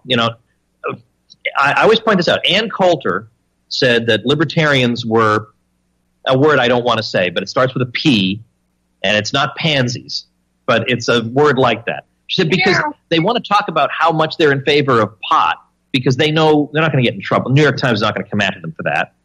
But how come they don't talk about anti-discrimination law? Because they're going to get in trouble for that. Well, secondly, because they support it, a lot of them. They support it, even though it's against the idea of freedom of association. So if you're going to say, well, people should be allowed to form this kind of group, and that should be okay. But if they want to do that kind of group or exclude for that reason, we can't have that. Then again, libertarianism seems like this hodgepodge. You can't really nail it down. It's for this, it's not for that. I think the only way that's going to make sense is just to say, I know how unfashionable this sounds. I get it.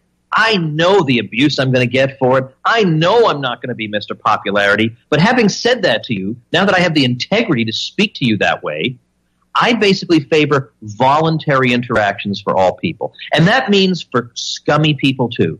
They can have voluntary interactions too, and you decent people can have your voluntary interactions, and that's how we're going to interact with each other. I'm not going to try to make scummy people into decent people, because it's not my job, and I probably would do a lousy job of it. Maybe their friends can shape them up. I don't know. But I have more finite goals and expectations for my life. I just want my neighborhood to be pretty decent, or my state to be pretty decent, or my friends and I to be pretty decent. And I think we can get there by interacting on a voluntary basis with each other. And so let's close with this, because this is something from my church days as a child and as a youth. There's something that was said to me that, it's like almost you go back in time. It's like my life would be so much easier if I'd never heard this statement. Like if my friend hadn't been into Rush and I hadn't got into Ayn Rand, and it was something that a priest told me. Oh, actually, he told the whole congregation. Because when it comes to moral rules, there are some that come easier and some that come harder, and they're different for different people and so on, right? The priest said to me, he said, Christianity is not a buffet. And that always really stuck with me, because it's not a buffet. You don't just get to pick and choose. It's the whole thing. And it's the same thing if you have these basic principles. My basic rule of the road is I don't want you to force me to fund your idea of a great road at the point of a gun. That's my first rule of the road, is I don't want to go to jail for disagreeing with how the road should be built. But this idea that principles are not a buffet, and you have to stick with the principles if you're going to have any credibility at all. The moment it becomes cherry picking, the moment you say, well, I like pot, I don't like heroin, so heroin should be illegal and pot should be legal, then you have just cast aside principle. Now, to me, if you're going to cast aside principle, why hold on to half of it? Like, why pretend? Just go merge with the general herd and do what you like. And of course, everybody ex post facto justifies their personal preferences according to some kind of principle, but forget even that. If you're going to have a principle, have a damn principle. And if you're not going to have a principle, then don't. But this halfway house stuff, all it does is it dissolves the credibility of those who actually have principles. And of course, now I'm thinking about it, maybe that's the whole point. And I mean, I don't want to attribute motives to people that would involve reading their minds, because I'm going to stop it there. It goes on for another 15 minutes or so. Now, when I looked at the Libertarian Party all times, and this started back 2006 or so, and what I found were a lot of people that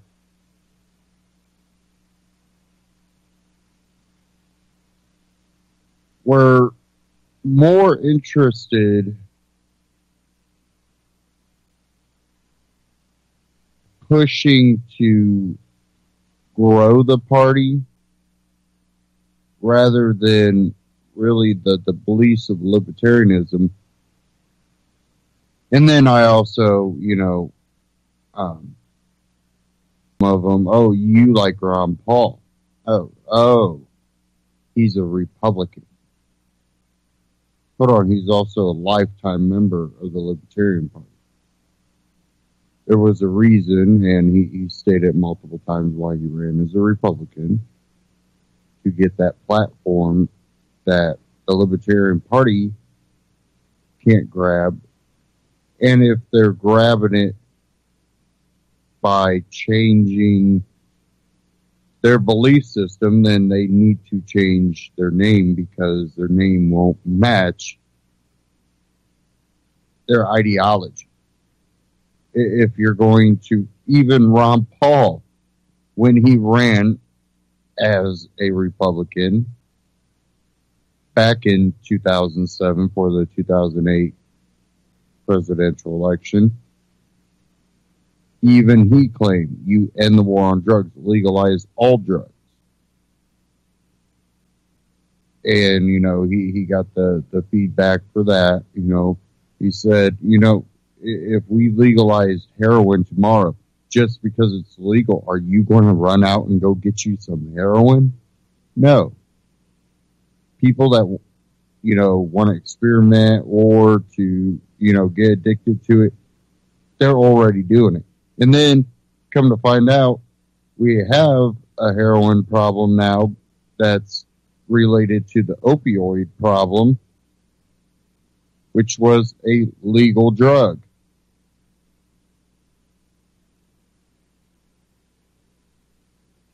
But it was a prescription.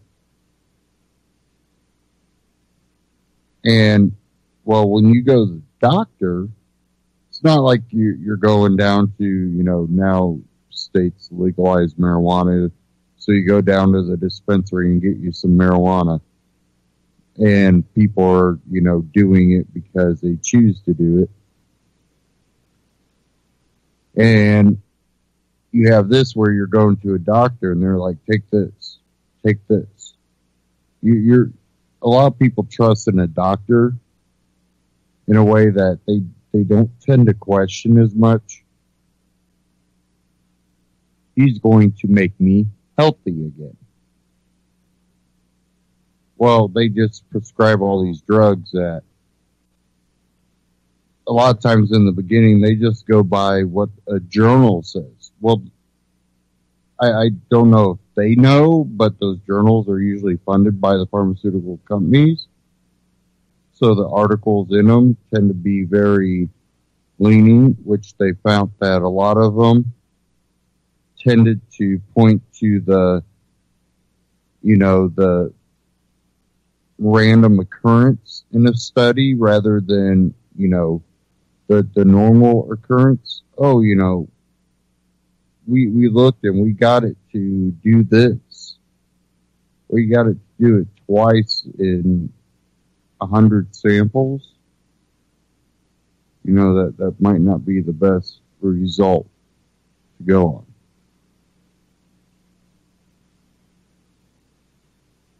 on. I have a lot of issues with that. But back to the libertarian thing, we see them go, oh, Ron Paul doesn't understand libertarianism. We vote for Gary Johnson. Excuse me? Really? Bill Weld? You're telling me those two people understand libertarianism?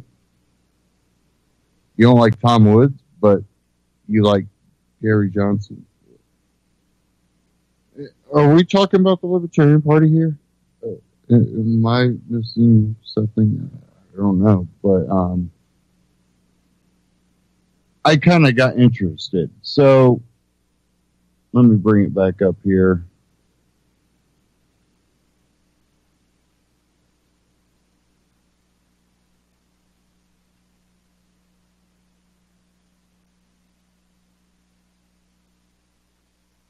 I went to lp.org and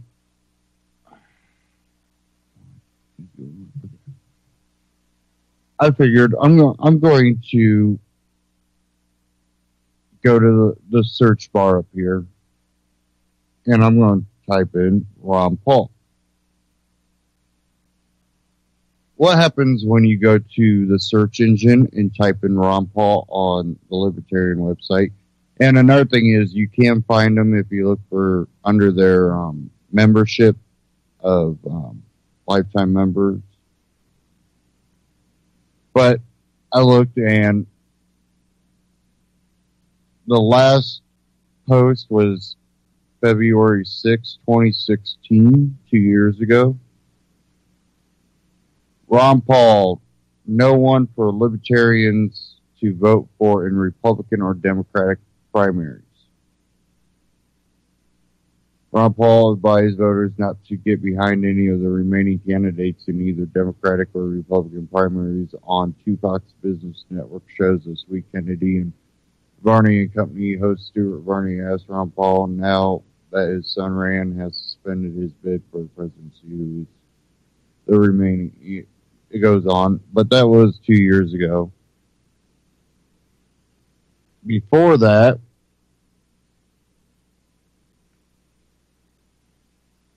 there was one on April 21st. Libertarian Party applauds Ron Paul suing IRS calls for end of income tax. 2012.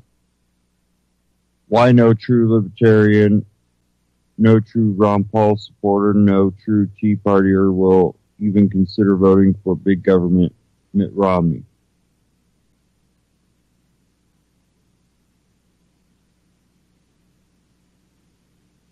Overwhelming majority of Ron Paul supporters will vote for Governor Gary Johnson. Gary Johnson, I have 2 words for Ron Paul. Thank you.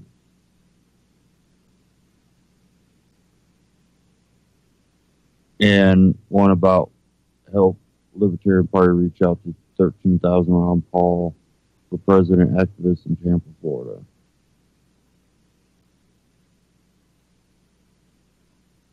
LP Monday, this was 2011, message 10 Ron Paul questions.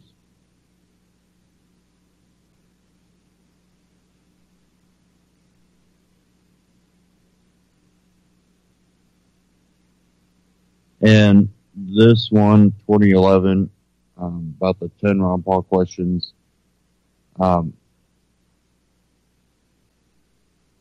They question why Ron Paul isn't running on the Libertarian ticket. This is where I think there's certain people that were mad that Ron Paul didn't run, didn't switch to Libertarian Party when he didn't get a nomination, as in, you know, run within the Libertarian Party. 2010 about Ron Paul praising.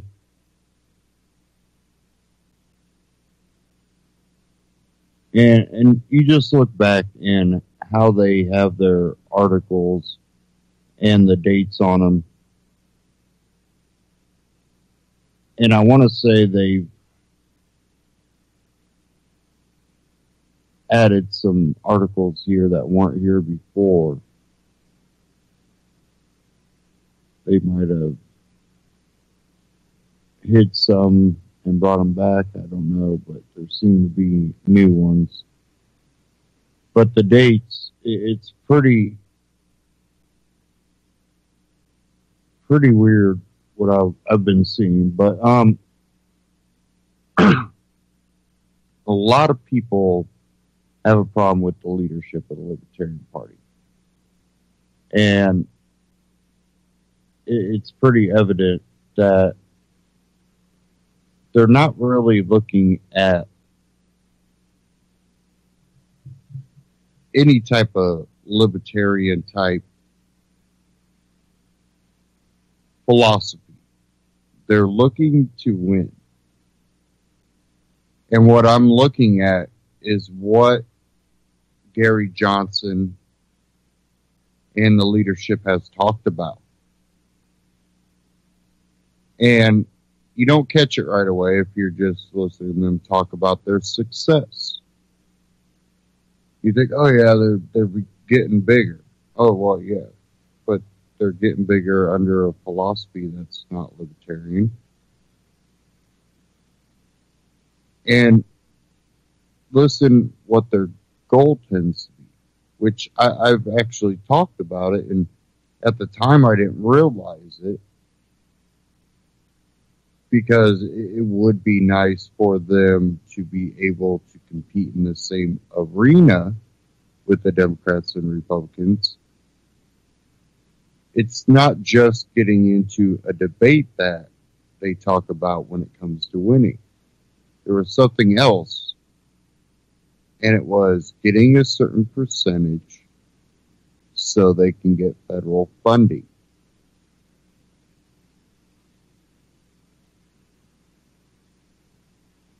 Oh, they're chasing after the money.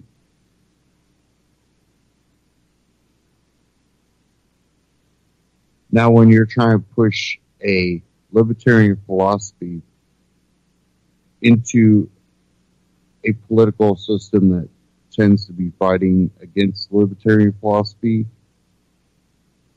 your number one goal shouldn't be going after the money.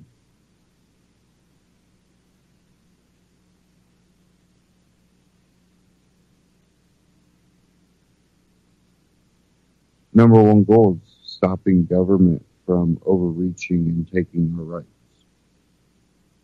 creating a freer society.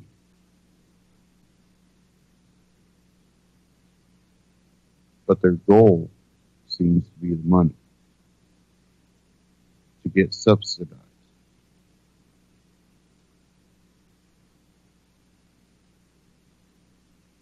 And get in the debates, which would be awesome. One organization I've talked about for as long as I've done this broadcast, Free and Equal. Go check them out, Free and Equal. I really need to get in touch with them. It's been a while, so I'm not sure what campaigns or what they're accomplishing at this moment. I've had so much going on throughout the years, and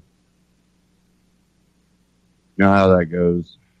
It doesn't end. So I've been a little detached from Free and Equal, but let me see if I can pull up their site kind of quick here.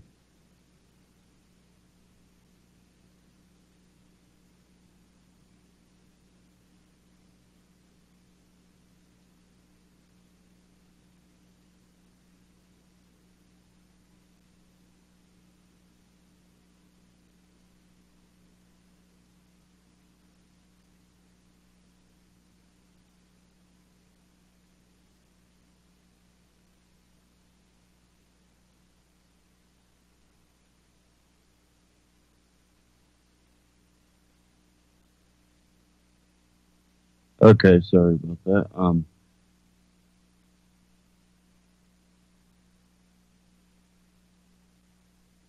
Says our mission is to broaden electoral choices through education and direct positive action.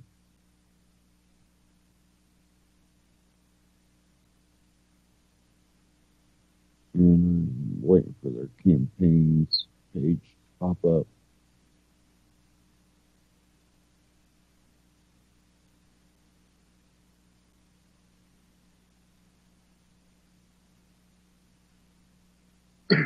They are currently developing an election assistant app to assist and inform voters of all their candidate choices and valuable candidate data to help you make conscious voting decisions, not just from two parties.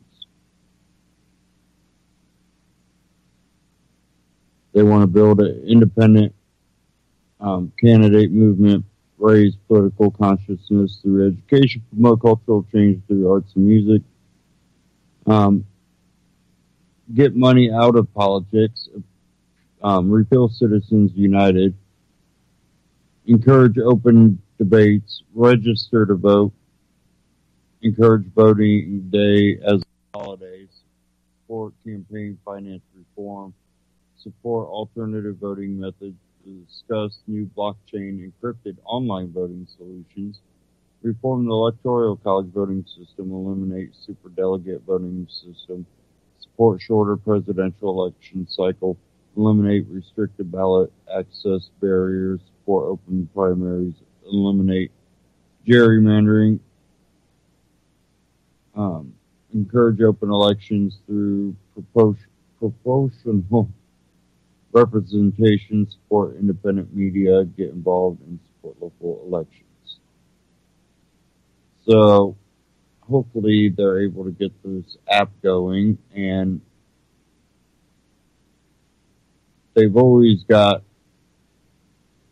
little campaigns they have going on and events they have going on. Go check them out. freeandequal.org.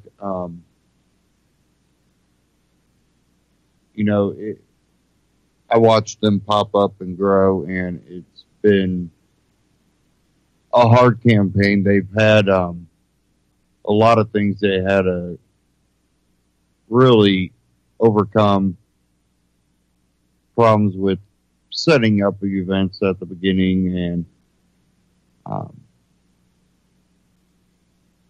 at first it looked like they were going to just, go full out.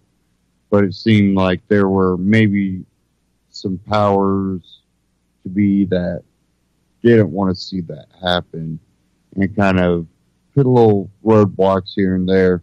But that really hasn't stopped them. They have continued to grow. And what's really nice, too, is that they have really supported grassroots media.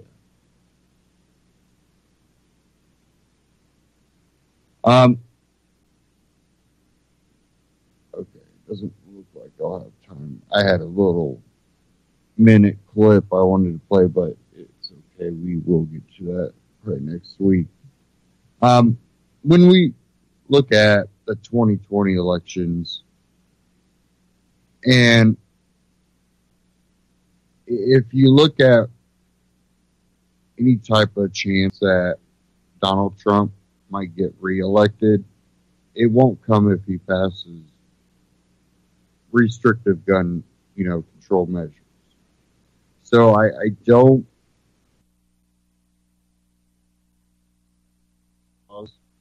It still makes people sour to him, and really, that's what probably upsets me about the Libertarian Party, because if he did something like that, the Libertarian Party needs a libertarian, true, rights-oriented, the idea of freedom-oriented, someone that could win the Tea Party, the Constitutionalists, someone that can appeal to that and appeal to the left that feel like they've been